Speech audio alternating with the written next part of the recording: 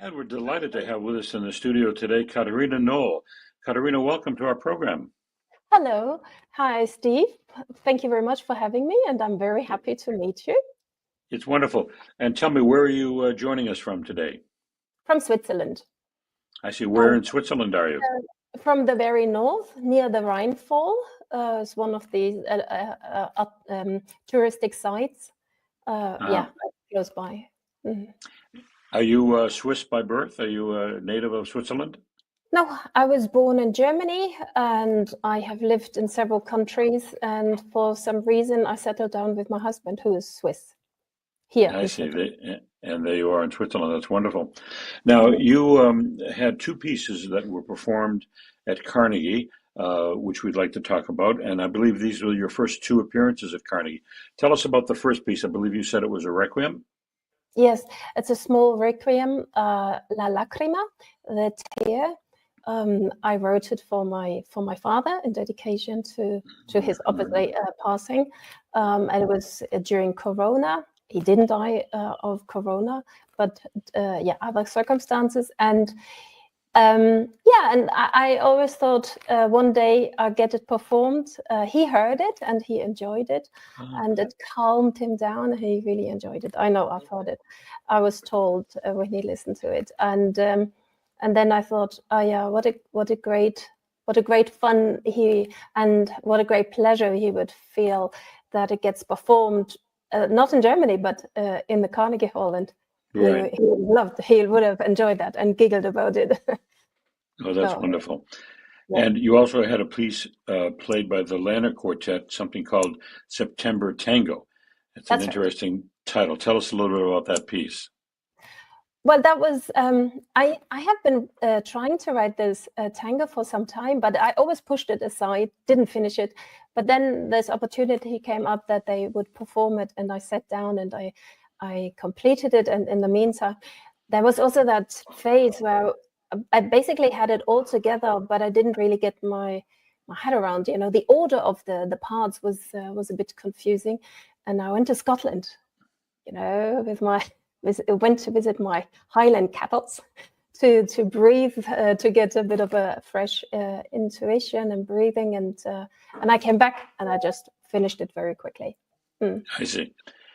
Tell us about the cattle behind you. That's a Highland cattle. I've actually seen them last summer.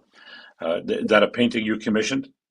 Yeah, it's a painting I commissioned to an artist, Sam Fenner, and yeah, she painted that for me. And I wanted to have a memory from Scotland, where I love spending time.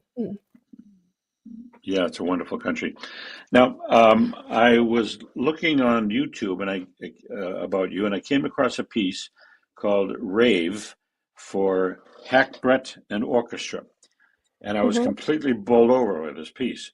I've never heard anything like it. And for those of you who are watching, if you can go to YouTube and just type in Katharina's name, and that's you see her name on the screen, and search for this "Rave" for hackbrett and orchestra. Now, Katharina, tell us what the hackbrett is, because I never heard of it, but I was just amazed to see it performed. It had such a wonderful sound, and your composition was just overwhelming. It was wonderful. Thank you. I'm flattered.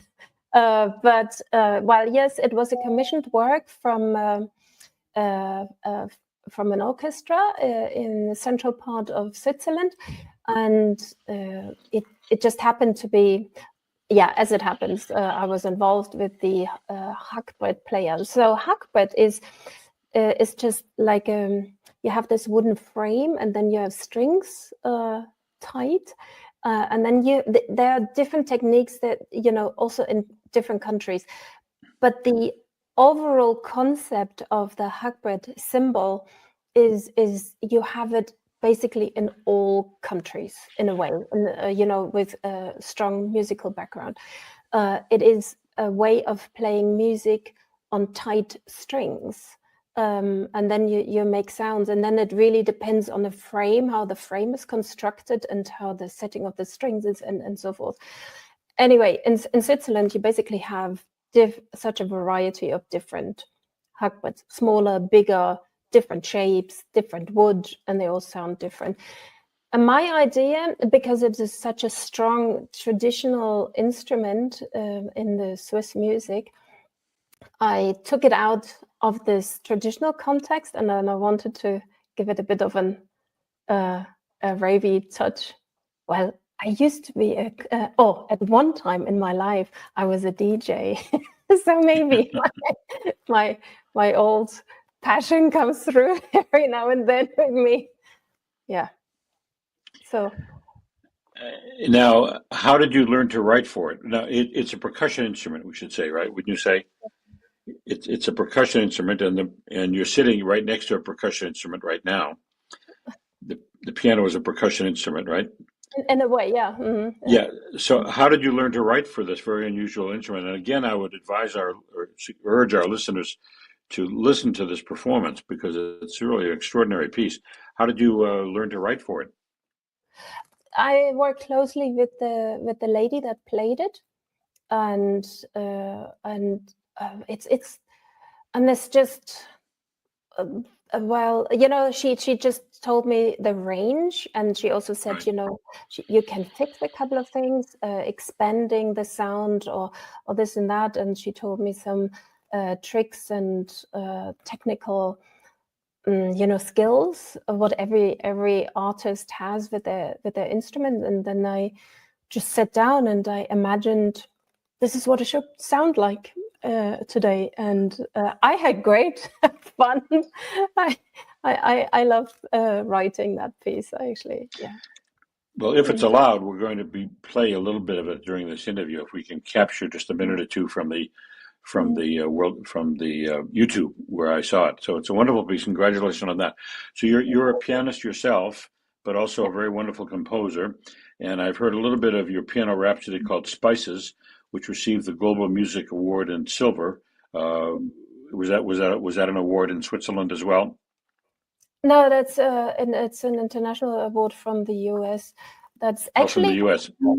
it's more for CD publication, but they also have a niche for composition. Yeah, it's very well known for CD publication. Yeah, that's a wonderful piece.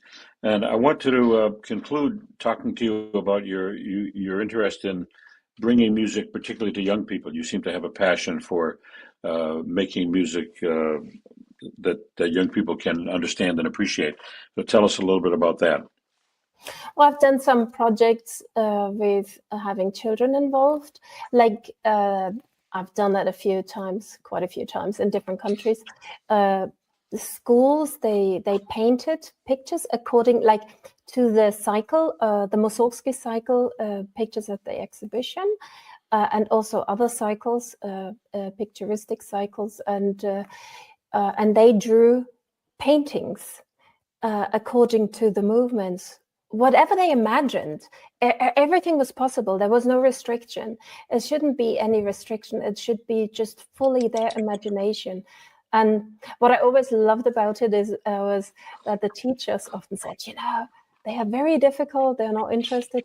But in the end, it always turned out that the children themselves, they were very interested and so intrigued a lot more than what teachers proclaimed. Mm-hmm. I also note that you have an interest in. You established the Swiss Female Composers Festival, so you have an interest in helping female composers see a little sunshine too. And who are some of the composers you championed? There is one. Sandra Goldberg, and Daniel Hope has played her pieces a few times. Switzerland is a small country. You have to consider we only have a population of 8 million now. And we are talking about classical music is a niche. We're talking a very small amount of people that would do it. Right. But after all, there are quite a few that write music. And as I always say, the great composers have only become great because their music was performed. And if you don't perform the music of living composers, they won't improve. They only get better with opportunities of hearing their music being performed. So, and I wanted to give them more visibility, and also in terms of publication, I also publish for a collection. Mm-hmm. Yes, you published the first piano book featuring works by living composers of Switzerland through Universal Edition. That's really quite remarkable. I admire you for that. I also currently I'm working on the second one for piano and violin. This is going to be published this year. Yeah, wonderful. It's final. Mm-hmm. Now, before we wrap up, Katharina, tell us what's in the future for you. What are some of the projects that are coming up for you? There's for harp and orchestra. It's a piece that is to be their deadline in December, and then hopefully it gets performed the next year. It's lining up. You always have to do like this work way months before it actually gets performed, and it comes to that a highlight of the performance. Then there is another piece for 2 pianos and percussions. I also need to finalize an orchestral piece dedicated to the Orkney Islands. The Orkney Islands in Scotland. I wrote a suite consisting of 6 movements dedicated to the Orkney Islands. I need to finish that last movement, and then it can go. Wonderful. And we'll conclude just by talking about the little poster you have to the right. Live, smile, love, and is the last word dream? Yeah, dream like there is no impossibility. And there love like you have never been hurt, and smile till your face hurts, and live like heaven is on earth. Well, what a wonderful way to end the interview. Good luck with everything you do, and we hope to see you again soon. Yes. All the best to you with your projects too, Steve. Thank you. Many regards. Bye.